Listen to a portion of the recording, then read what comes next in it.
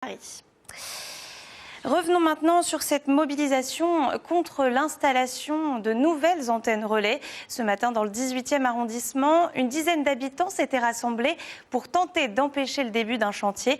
Un collectif soutenu par l'association Robin des Toits, Mélissa Genevoix et Christian Mirabeau. Notre santé, ça ne vous concerne pas, c'est ça ? Écoutez, on ne va pas faire de débat là-dessus. Ce qui déchaîne les passions chez ses voisins du 50 de rue Championnet, c'est l'installation d'une antenne relais. On demandait à Free de baisser le seuil d'exposition. Vous pouvez... Ces riverains demandent un abaissement du seuil d'exposition aux ondes à 0,6 volts par mètre.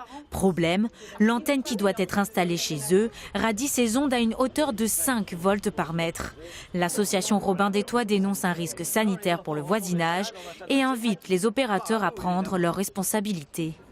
Ce qu'on demande à un patron d'entreprise de ce type, il faut qu'il fasse un petit papier dans lequel il déclare qu'il prend la responsabilité personnelle du fait qu'il n'y a aucune toxicité. Et pourtant, avec l'adoption fin mars de la nouvelle charte de protection, la mairie de Paris limite l'exposition aux ondes électromagnétiques de ses habitants. La capitale est la seule ville européenne à chiffrer une limite de radiation. Le maximum est porté entre 5 à 7 volts par mètre.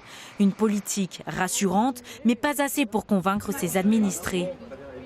La polémique autour des ondes est une réalité. Certains habitants craignent pour leur emploi, comme cette assistante maternelle, encerclée par 6 antennes relais. J'ai 61 ans, je ne suis pas encore à la retraite. J'espère encore exercer mon travail, mais compte tenu de l'évolution de ces antennes, de la pose de ces antennes, je suis bien consciente que je vais perdre mon travail. D'ailleurs, les parents des enfants me l'ont dit. Dès que ces antennes seront posées, ils cesseront les contrats. L'opposition à l'installation de l'antenne n'aura duré que quelques heures. Free a quand même pu débuter ses travaux.